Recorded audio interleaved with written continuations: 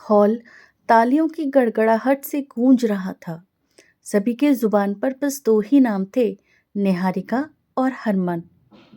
लाल रंग की सीक्वेंस साड़ी में निहारिका गजब ढा रही थी और हरमन भी ब्लैक सूट पर रेड बो टाई के साथ किसी बॉलीवुड के हीरो से कम नहीं लग रहा था।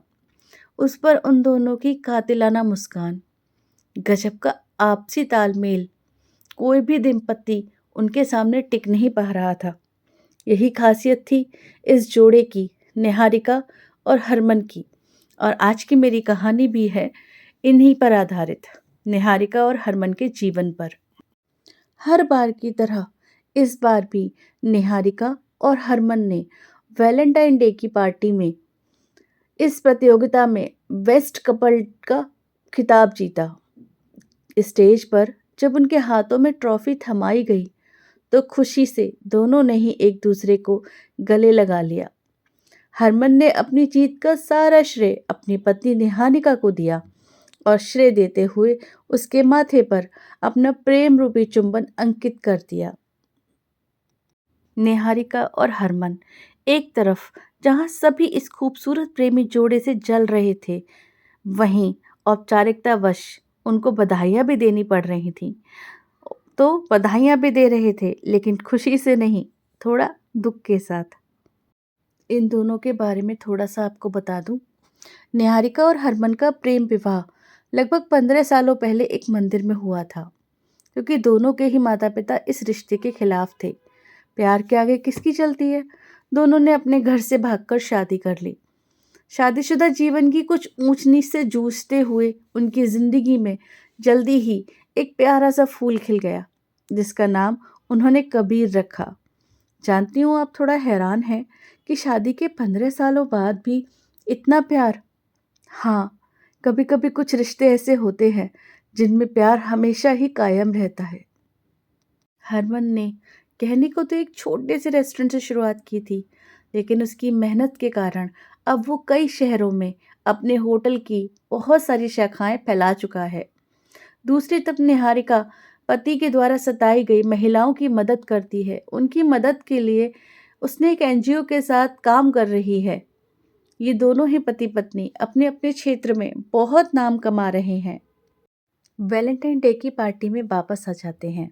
पार्टी खत्म होने के बाद हरमन निहारिका की कमर में हाथ डाले हुए बड़ी मस्ती के साथ झूमता हुआ बाहर आता है, जहां पर उसका ड्राइवर गाड़ी के साथ इंतजार कर रहा है। ड्राइवर आकर दरवाज़ा खोलता है निहारिका के लिए, लेकिन हरमन उसे साइड होने का इशारा करता है और फिर बड़ी अदब के साथ झुककर निहारिका को गाड़ी में बैठने के लिए इशारा करता है। निहारिका के बैठने के बाद दूसरी तरफ का दरवाज़ा खोलकर गाड़ी के अंदर बैठ जाता है और फिर गाड़ी चली जाती है। कुछ महिलाएं जो अपने पति के साथ अपनी गाड़ी आने का इंतज़ार कर रही हैं, वे निहारिका की किस्मत से जल जाती हैं। उन्हें बहुत बुरा लगता है, मन ही मन प्रार्थना करती हैं, हे भगवान, आपने हमें हरमन जैसा इतना प्यार करने वाला, इतना केयरिंग हस्बैंड क्यों नहीं दिया। हरमन और निहारिका घर पहुंच जाते हैं। दोनों ही बहुत थके हुए हैं। वैसे भी अब किसी मुखौटे की ज़रूरत नहीं है।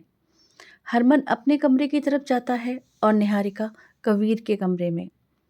कबीर, जो निहारिका का छोटा सा बेटा है, चैन की नींद सो रहा है। निहारिका उसके हाथों से किताब लेकर साइड में रखती है, उसके ऊपर चादर डालती है और उसके बालों में धीरे धीरे से हाथ फेरती है। ये पल बड़ा सुकून वाला होता है, जब माँ अपने बच्चे को सोते हुए देखती है, उसके बालों में हाथ फेरती है और मन ही मन उसके लिए प्रार्थना करती है। कुछ पल उसको देखने के बाद वो अपने कमरे में चली जाती है। निहारिका सुबह 6 बजे का अलार्म अपने फ़ोन में लगाती है।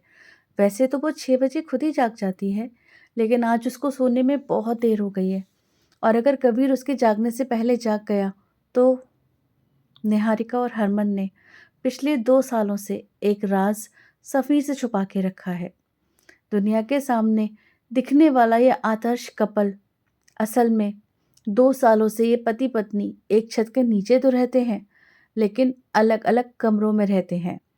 क्या है इनके अलग अलग कमरों में रहने का राज, क्या है इसकी वजह, आइए जानते हैं। रात को कबीर के सोने के बाद निहारिका दूसरे कमरे में सोने चली जाती है और सुबह उसके उठने से पहले ही हरमन के कमरे में पहुंच जाती है। ये चूहे बिल्ली का खेल वो पिछले 2 सालों से सिर्फ और सिर्फ अपने बेटे की सलामती और खुशी के लिए खेल रही है। जैसा कि हम सभी जानते हैं, जब एक पति पत्नी के बीच में कुछ मनमुटाव होता है, वो अलग होने के लिए एक पल नहीं लगाते हैं, लेकिन जब उनके साथ उनका बच्चा होता है तो ये निर्णय, ये डिसीज़न बहुत मुश्किल हो जाता है। ऐसे में कई बार कोई डिसीज़न फाइनल हो ही नहीं पाता है। 2 साल पहले की वो काली रात कभी नहीं भूल सकती, जब हरमन ने अपने अहंकारवश उसके चरित्र पर उंगली उठाई थी। उसी पल उसने हरमन को छोड़ने का फैसला कर लिया था। इतने सालों के रिश्ते में एक छोटा सा शक बहुत गहरा हो गया, लेकिन अपने माता पिता को यूं अलग होता हुआ देख कबीर सह नहीं पाया। उस छोटे से बच्चे को एंजाइटी अटैक आ गया। कबीर ने जब निहारिका और हरमन को अलग अलग कमरों को लेकर सवाल किया तो भी उन्होंने यही समझा दिया कि बेटा, एक कमरा हमने अपना वर्किंग रूम बनाया है। जिसको भी देर रात तक काम करना है वो दूसरे को परेशान किए बिना वर्किंग रूम में आसानी से कर सकता है। लेकिन अलग अलग कमरों का राज क्या है, ये सिर्फ और सिर्फ हरमन और निहारिका ही जानते हैं, और उनकी पूरी कोशिश है कि ये राज उनके बेटे तक कभी न पहुँचे।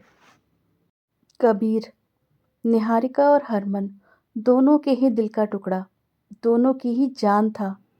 दोनों के रिश्ते में गांठ तो पड़ चुकी है, लेकिन कबीर की खातिर दोनों ने अपने अपने चेहरे पर एक मुखौटा ओढ़ लिया है। सच कहूँ तो निहारिका और हरमन दोनों ही एक दूसरे से बहुत प्यार करते हैं, लेकिन वही ना, कोई पहल नहीं करना चाहता। निहारिका की नाराज़गी जायज़ है, कैसे उसके चरित्र पर उंगली उठाई जा सकती है। उधर हरमन अपनी गलती को गलती ही नहीं मानता। पुरुष होने का अहंकार जो उसमें है, बस ये झगड़ा यूं ही चलता ही जा रहा है। बाहर दोनों आदर्श पति पत्नी हैं, लेकिन असल में क्या है वही जानते हैं। दो प्यार करने वाले दिल ज़्यादा दिन तक अलग नहीं रह पाएंगे। ये बात दोनों ही जल्दी ही समझ जाएंगे और सब ठीक होगा। पति पत्नी के रिश्ते में अगर गांठ पड़ जाए तो उस गांठ को सुलझाने की बजाय झूठे अहम में मत फंसिए। झूठे अहम में फंसकर अपने रिश्ते को तोड़िए मत।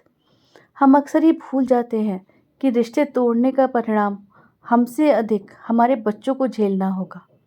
बच्चों को माता और पिता दोनों की आवश्यकता होती है, दोनों की ज़रूरत होती है। वो किसी एक के साथ अपनी लाइफ नहीं सोच सकते हैं, वो एक के साथ रहना ही नहीं चाहते हैं। तो वक्त रहते अपने झगड़ों को सुधारिए और सब कुछ ठीक कर लीजिए। मेरी कहानी आपको पसंद आए तो प्लीज़ मेरे चैनल को सब्सक्राइब कीजिए। दोस्तों, कहानी अच्छी लगी प्लीज़ लाइक कीजिए, मेरी कहानी को शेयर कीजिए, ज़्यादा से ज़्यादा लोगों तक पहुंचाइए, ताकि मेरी कहानी में छुपा हुआ संदेश और लोगों तक पहुंच सके, लोग कुछ सीख ले सकें। आपका समय देने के लिए हार्दिक आभार। धन्यवाद।